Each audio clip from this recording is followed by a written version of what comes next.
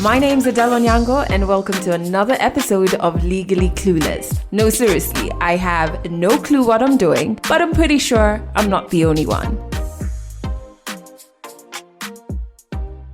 Hey you, welcome to episode 170 of Legally Clueless. Thank you for rocking with this podcast. If this is your first time listening to an episode, welcome to the family.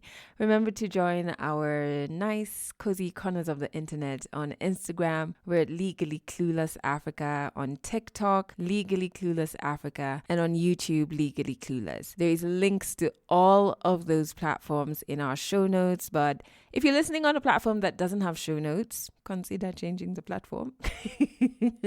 Well, you can just search Legally Clueless Africa and you'll see our bright yellow pages. I am super excited for this particular episode because, I don't know, I just feel really drawn to this particular story. Listen to this. Every single time, if I'm working, if I'm doing anything, so long as I'm not interacting, just know that I'm in my own very separate universe.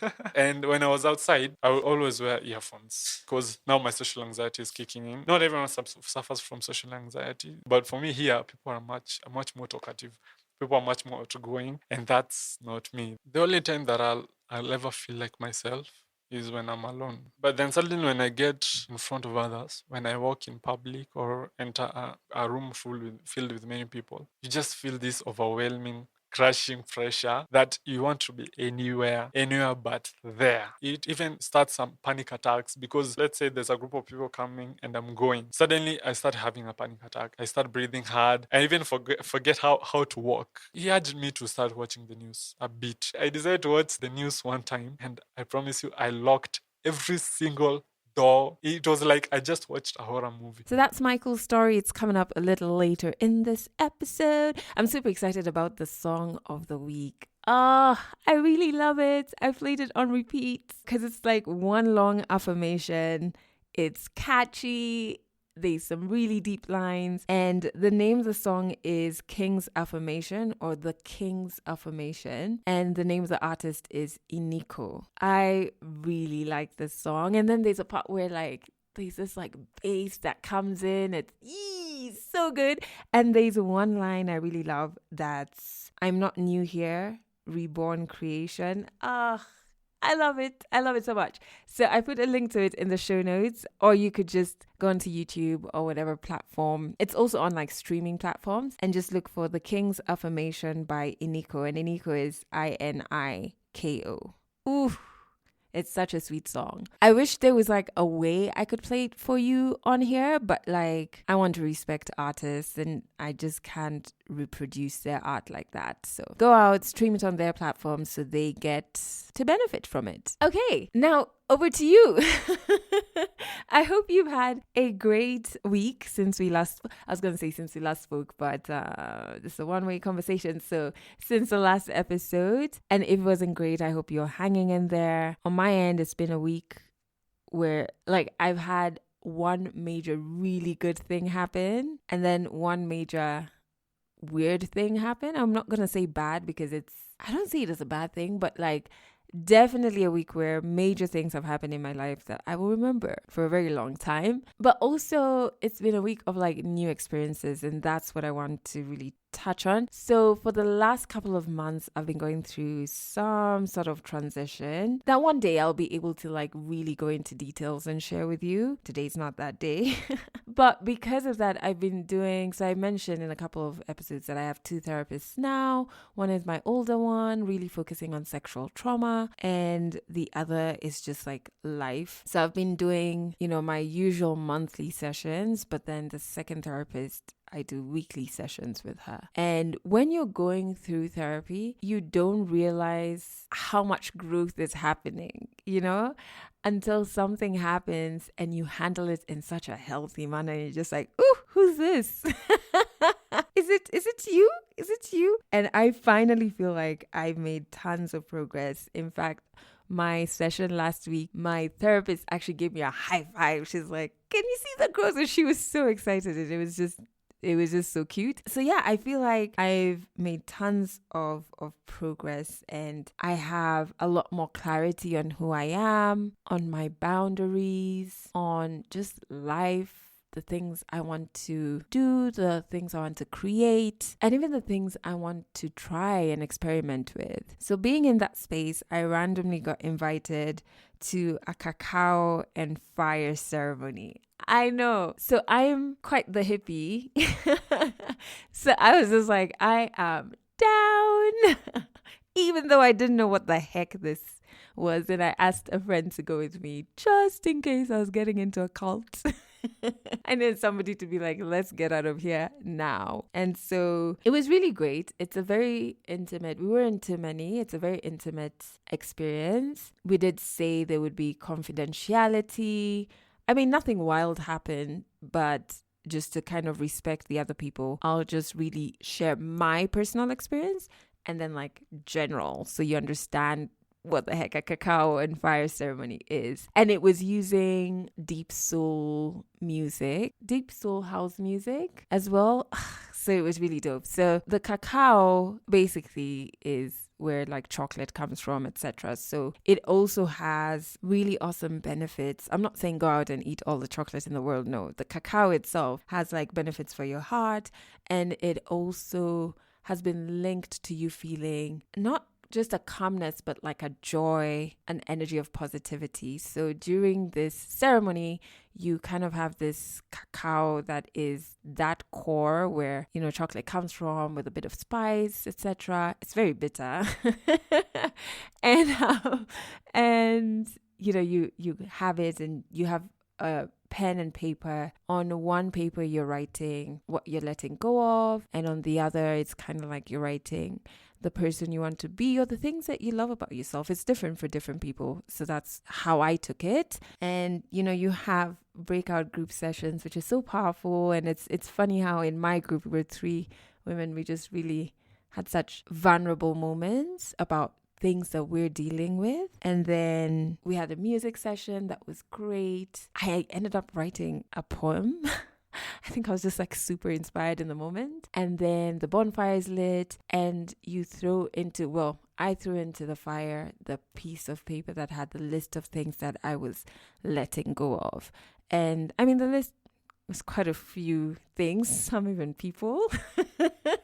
But the one that is really core is fear. I really just want to let go of fear. And I think I'm really at that point in my life where I have every reason to let go of fear and just like free fall through this beautiful thing called life and design the life that I've always wanted to live, and in a manner that I know I can honor myself by putting myself first and celebrating myself. And yeah, it's a really exciting space I'm in, and I feel like the only thing that every so often destabilizes me is fear. Now I know that I don't think there's a state of having no fear. I think what I was letting go of is letting fear win, and letting fear like keep me away from me living a full and present life, and a life that is in honor of who I am. Does that make sense? So yeah, so that was the cacao ceremony. It was really great, and I was then invited. So my friend ended up knowing someone there, and she is running a full moon ceremony on Tuesday. I haven't decided yet if I'm going or not. It depends on a lot of work things that I need to get done this week. But yeah, I think I found little pieces of what could potentially be my community in Nairobi. I mean, in my head, I feel like everybody's a hippie, but my friend was just like, yeah, this is your thing, this is not mine. I left there like, yes, that was great. And I had the best sleep I've ever had in like forever. I'm on sleep supplements. I've been weaning myself off of them though, but I didn't even need to take them. Like, I just had such wonderful, thick, nice sleep. Does that make sense? After that ceremony, I think my heart was at peace. The cacao is doing its thing. Anyway, so that's been my week. has yours been as experimentative? Is that a word? Experimentative. You know what I mean. Anywho, let's move on to 100 African stories. So we recorded this story about a month ago, or a little over a month. I'm not sure. It's Michael's story. Michael was referred to this podcast by his friend who said, "Hey, you're dealing with ABC. I think there's a podcast that can help you." And that's how he started listening to Legally Clueless and then decided to fill out the form so that he could share his story. It's really a story of his life, and he touches on social anxiety. 100 African stories on Legally Clueless. Stories from Africa. My name is Michael Joro. I come from Mombasa. It's a coastal city in Kenya. But when I was 2, my mother passed away when I was 2 years old, and we kind of moved with my dad to Nairobi. I came to live with my step family. I have 8 siblings, 8 half siblings. I lived with them for the next 3 years until I was 5. At the time, I saw it was okay. I didn't have any problem with it. But now, as I look back, there was some abuse that came with it, some verbal abuse, because my stepmother wasn't that kind. And I didn't experience the same love, the same sibling love as others would experience, because I don't know them. They don't know me. I'm a kid who just came from somewhere else, and you're expecting them to accept me as one of them. And eventually my dad also travels a lot. Mombasa, Nairobi, or in Nyahururu, along that track mostly, but he travels a lot for business. And most of the time I was left with them and my dad wasn't around. And during that time, that's when the abuse got worse, because I would do something small, maybe it's a small mistake, and I had clumsy hands. So ceramics, and I held ceramic things, they would fall down easily. And maybe I get beaten really bad, or a verbal abuse. And at the time, I kind of saw that as part of being a kid. To me, it was just a harsh mother. But now that I look back, it could have been better. It reached a point that I even forgot about that I had a mother before, and I started calling her my mother, and I believed it completely. So when I was about 6 years old, 2008, my father, he was building another place in Kiserian, past Ongatarongai, and I used to go with him during weekends to hang out with him, and I had some friends who were there. Little did I know that that will become my home, my permanent home. And when we moved there, I was confused. I don't know why. I had a good family. I had siblings. I had a mother who I believed was to be my mother. And I asked him, and he told me, okay, I don't know how to tell you this, but she's not really your mother. And your mother passed away when you were a baby. And I really didn't know how to act at first. At the time, I was also a child. I was just confused. I would say that it affected me really much, because you can't miss what you didn't believe that you had. And now I'm alone. I'm alone in a house with me and my dad only. And he's not always there. There was the caretaker who wasn't there all the time. So in short, I was just living alone, and I was a kid. So I think that's where the way I saw the world changed, because I live alone, and I get used to being alone. And my dad saw this, and he used to bring me these movies and animations every time when he went. He'd come back with a bunch of movies and animations. I would ask him to come with them. So maybe I had somewhere, okay, Frozen, Bravo, these ones.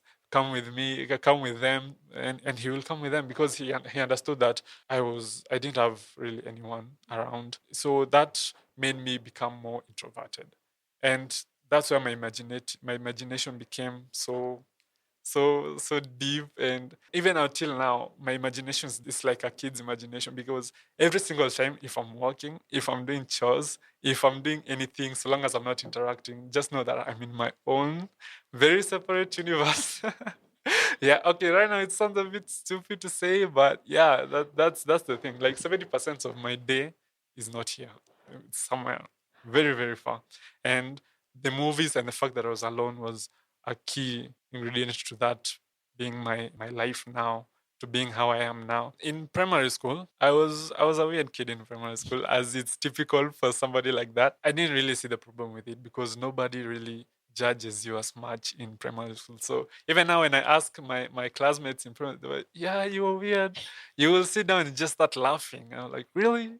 Yeah, and probably at the time I'm like some superhero in some movie somewhere. And even it also affected my concentration in class.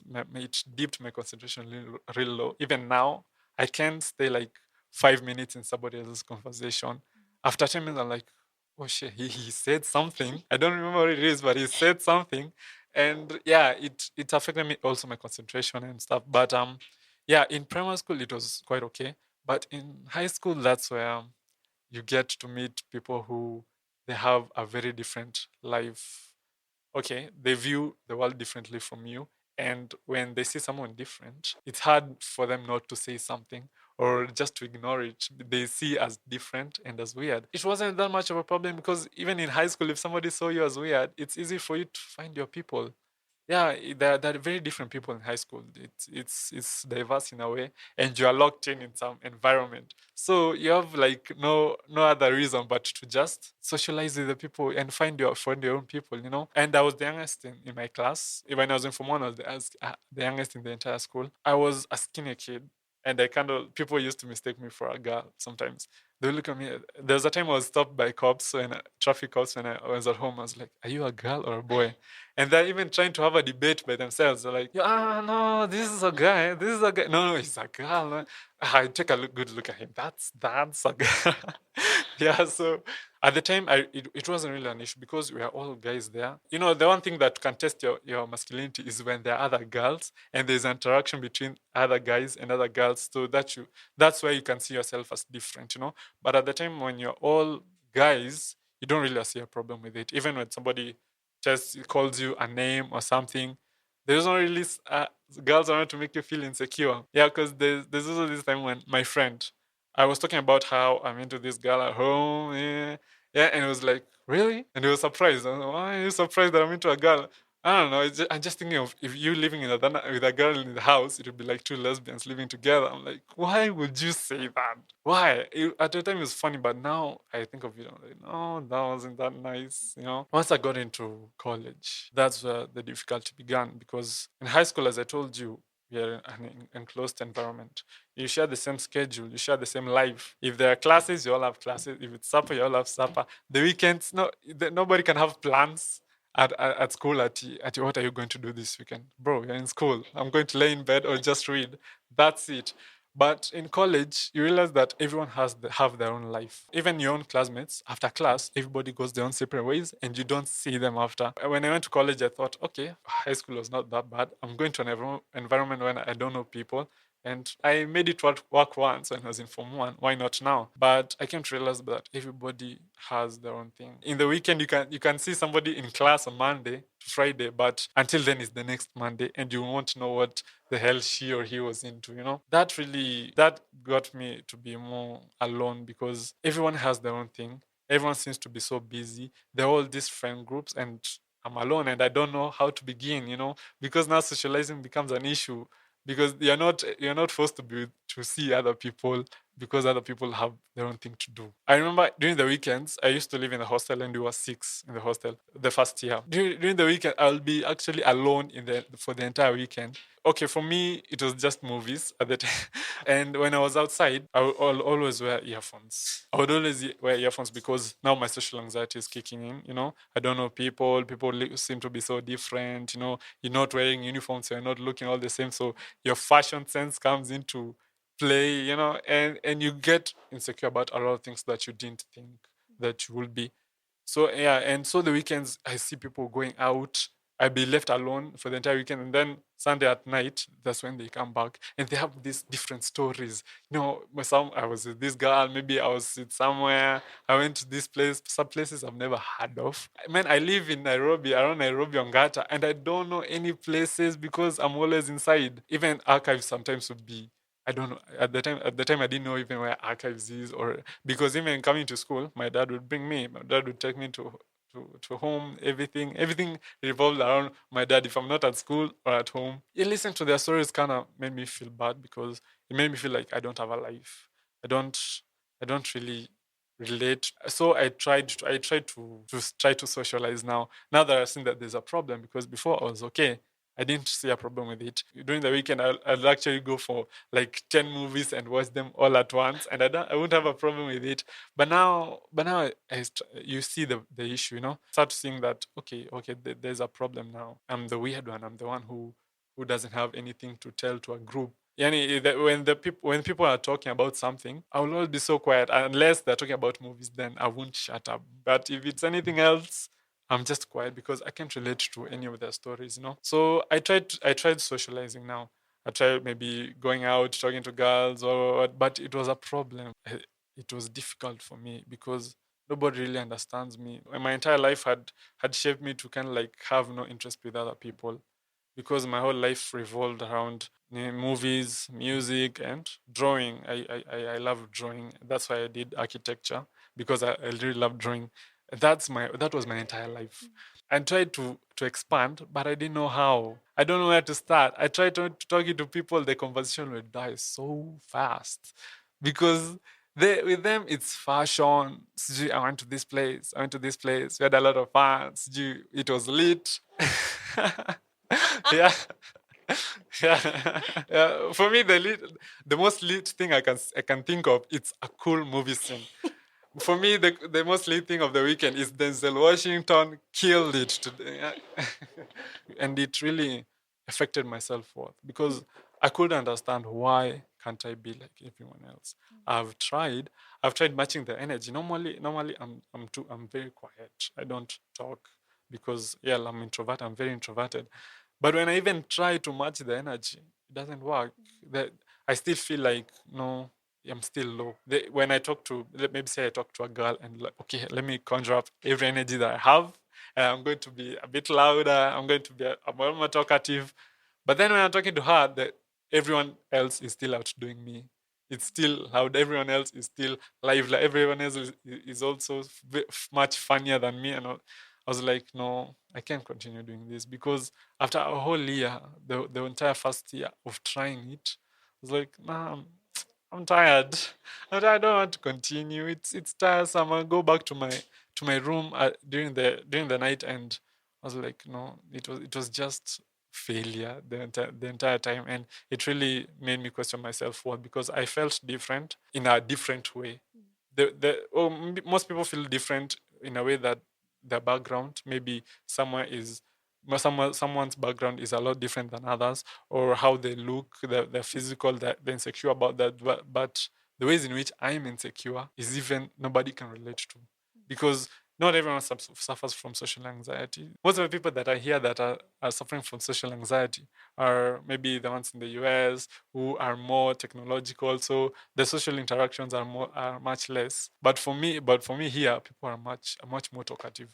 People are much more outgoing, and that's not me. The only time that I'll ever feel like myself is when I'm alone. But then suddenly when I get in front of others, when I walk in public or enter a room filled with many people, you just feel this overwhelming, crushing pressure that you want to be anywhere but there. When you're talking to one person and the whole group comes there, you just suddenly shut down because when I'm having a one-on-one conversation with someone, I'm okay when we share the same interests. But then when a huge group suddenly comes, I suddenly shut down and I want nothing else than to go home, than to be not necessarily home, but being alone. It even starts some panic attacks because when I pass through, let's say there's a group of people coming and I'm going, suddenly I start having a panic attack. I start breathing hard. I don't know. I just start to freak out.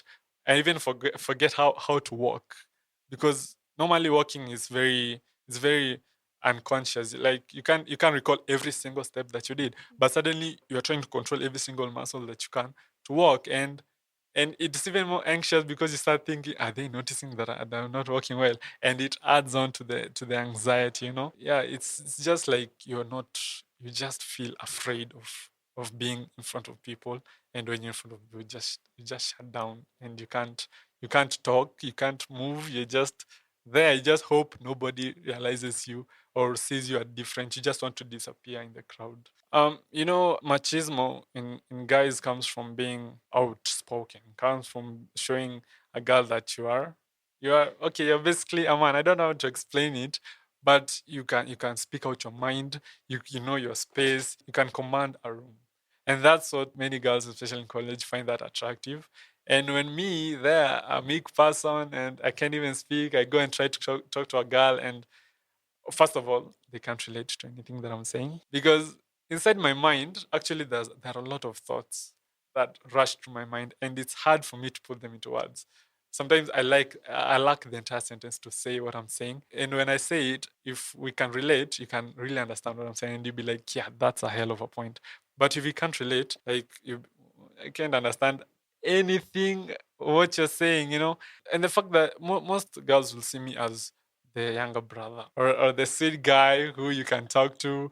When you're a mom, but he doesn't have a lot of things. Yeah, he's just there. He's a nice guy. Yeah, I'm like, no, I don't want to be this, man.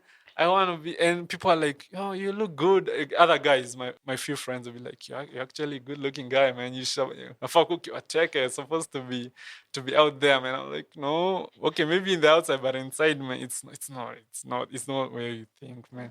Yeah, and I think people would see me to see me as a sexual person, as an attractive person in that sense. It's difficult because maybe they can be like, "Oh, you're cute," and that's it. And that's it. They okay, or maybe you can walk through, you can pass by a girl and like, okay, she's checking you out, but after she knows you, like that attraction is over. You're just now good friends, and that's it.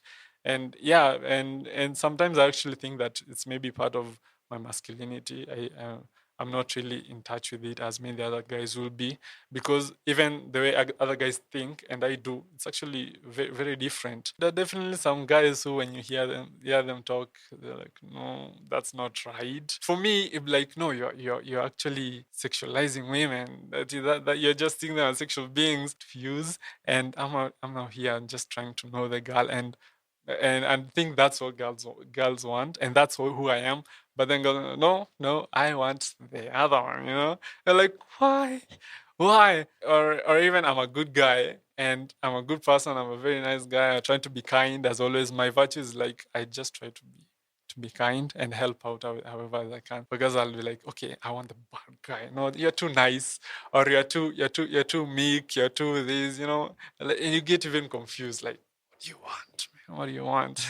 Life itself made me help myself being around people, because sometimes you'll just go and sit at a place and you hear these huge groups or talking, laughing, and you're like, how? Yeah, I want that, but I know myself that if I was in that situation, I won't do anything. When I see maybe a guy talking to a girl and they're vibing, or I see a group of friends that are laughing and are having a good time, and I know they're alone, I know my subconscious is telling me to be alone, and every part of my body wants me to be alone, but I don't want that.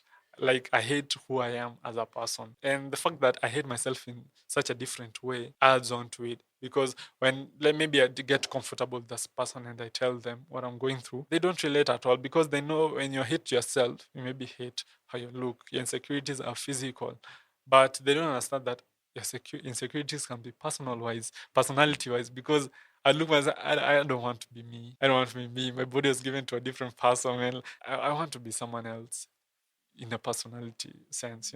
And most people can relate to that. So everything was a trigger. Seeing people having a good time, having a story, laughing out, all that was just reminded me that I'm different. No matter how I tried, because I've tried, and it reached a point that I just gave up on it all.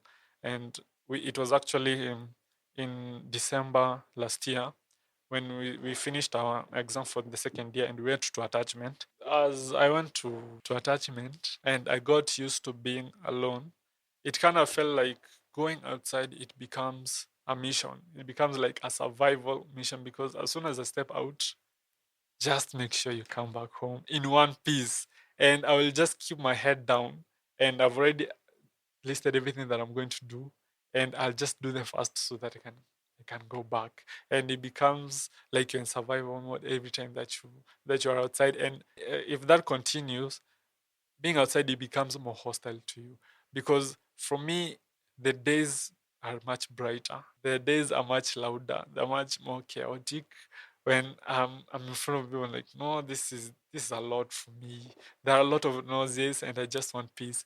And it has made me feel or start sleeping late, dangerously late at 2, 3 every single day, because at night is the one time that I actually feel peace, because during the day it's you fear, even when you're in your own house, even kwanza at school, like you hear people outside and like, just no, no, this is not good, and there's light, and when it's at night, it's dark, it's silent, and you're like, now you're in your own world, and you feel safe for once, and you don't, yeah, and I don't want to sleep, because if I sleep, that's now time I'm wasting. I feel like this is precious time. Tomorrow I'm going to wake up and I'm going to face things that I'm not used to. So at this time, I just want it to not end, and sleeping makes it feel like I can't sleep. When I think of what the amount of time that will pass before I actually feel this safe again, I just extend more and more. It's 4 a.m. Okay, let me sleep at 5 a.m. or 6 a.m. And it's made me have this sleep deprivation, and I'm trying to work through it, but it's hard, because I still feel like I can't be outside, I can't be in front of people, and the only time that I feel safe, it's at night, because I'm a very aesthetic soul, and even in my phone I have this aesthetic pictures, and I see these documentaries about secluded places in the world. Even when people talk about their favorite places to go, people be like Hawaii, Dubai, this place. I'm like, I want to go to the middle of Siberia where I can't see anything, or I can't see any building or anyone. I just want to be alone. And yeah, for real, I just want, for me, if I think of my dream destination, I'm just driving at a very, just landscapes. All I can see are mountains and trees, and probably raining, because I love that sensation of rain. And yeah, and even though it adapts to feeling different and more secluded, it's who I am. And I was like, no, I'm tired. I don't want to do any of these. I'm different. I can't. Yani, there's a time I used to say that I actually belong to a different planet. I was born on the wrong planet, because everyone here is talking to each other, and my dad always say that nobody is an island, no man is an island. Or okay, a lot of people say that, but have you met me? Do you know me really? Because I am an island very, very far away. So when I went to attachment, I went to attachment at Ministry of Public Lands, and we used to be given work, a project to do. So you finish the project, you come back, you present, and if there's any mistakes, you go back and you do it. A lot of other attaches used to go to the office and work from there. But for me, no. If there is home and there's a choice that I can be alone, I'm going to. You'll see me when I'm done. And if I have any questions, there's a phone. I can use a phone. The fact that I was alone for all that time, because I'm not at school. When you're at school, you're reminded constantly that it's not right to be alone. But when I'm at home, it's separate. Everyone has their own lives. So there's nothing telling you that, or making you insecure of being by yourself in your own house. So I got used to it very, very much. I would actually go a week without even walking out the door, and I'll be very, very much okay with it. Yeah, and it made me lose touch from reality, in the sense that I didn't know or care about anything that was going on. If it's not about video games or movies or music, it was none of my business. And I personally made it not any part of my business. And my dad would actually come and ask me, hey, did you hear that this and this happened? Like, no, maybe it's something very huge. Okay, I go outside. Maybe because maybe the things are starting to diminish food, and I have to go and buy it. And I walk outside and nobody has a mask, and I have a mask. What is happening? Are people just rebelling masks? And somebody tells me that, oh, mask today it's a fine if you don't have a mask. I'm like, since when? And news like that used to pass me a lot. Even things with the curfew, I didn't know that. Okay, it didn't really affect me that there was a curfew, because by 5 I'm at home and you won't see me until the next morning, and it's because I have to go outside. I think news like that used to pass me, and I didn't have any problem with it. My dad used to say, one day the world is going to end without even you knowing it. You'll walk outside and see nothing. And my dad used to sensitize that a lot. He would come home, and every time he didn't even call before coming, because he knew ultimately I'm at home, and he was never disappointed. So he urged me to start watching the news a bit. I decided to watch the news one time, and I promise you, I locked every single door. It was like I just watched a horror movie. Because after months of living in my own head, because I'm in my own imagination now 100% of the time. Yeah, and movies are supplementing it, making it deeper, making it cooler to be, making it better to be in my head than being outside. And I watched the news once, and I saw all the things that are happening. No, first of all, I felt very my security was compromised, and I locked every single thing. And I, I didn't think where I used to hide some knives in this place, because I've seen some movies where it's juicy, so I hidden behind the table or something. Yeah, and I promised myself I'm never going to watch the news again. I'm fine where I am. If reality catches me in a bad way in some time, okay, I'll face it. But now I can't face it right now. I can't handle it. And one of my friends actually saw this. We used to talk about what we're going through, and as time went by, I became more open to her, and she actually saw that, yeah, I'm drifting into my own world, which I'm going to consider reality one day, and it's not good for me. And it was like suggested, can you listen to this podcast called Legally Clueless, when people tell their own stories? And I had the first one, like, okay, the anxiety started to piling up, because there are problems that you have spent so much time without thinking of them. I haven't thought of diseases or accidents. And then I'm the type of guy who I'm very used to a routine. And changing that routine will be the most scary thing. Like coming here, it was the most. Yesterday I was panicking. What am I going to do? I've never heard of this place. I don't know what to do. And I asked many people, where is this place? Can you advise me what to do? I don't think I can do this. Shutting down, because just by the fact that it's different. Yeah. So listening to the podcast, and it's trying to bring me back. And even though most of the times when I enter nervous situations, if when I'm in front of people, even though I'll drift back to my world where I feel safe, because let's say when I go in front of people and I start to feel bad and I start to feel scared, I just drift back to my own head and I even close my eyes. Somebody might think that I'm sleeping, but I'm just in my own world. I'm either this or this. I even develop characters in my head. Today I'll be this. I feel like being this. Yeah, and yeah, but slowly I'm starting to come back.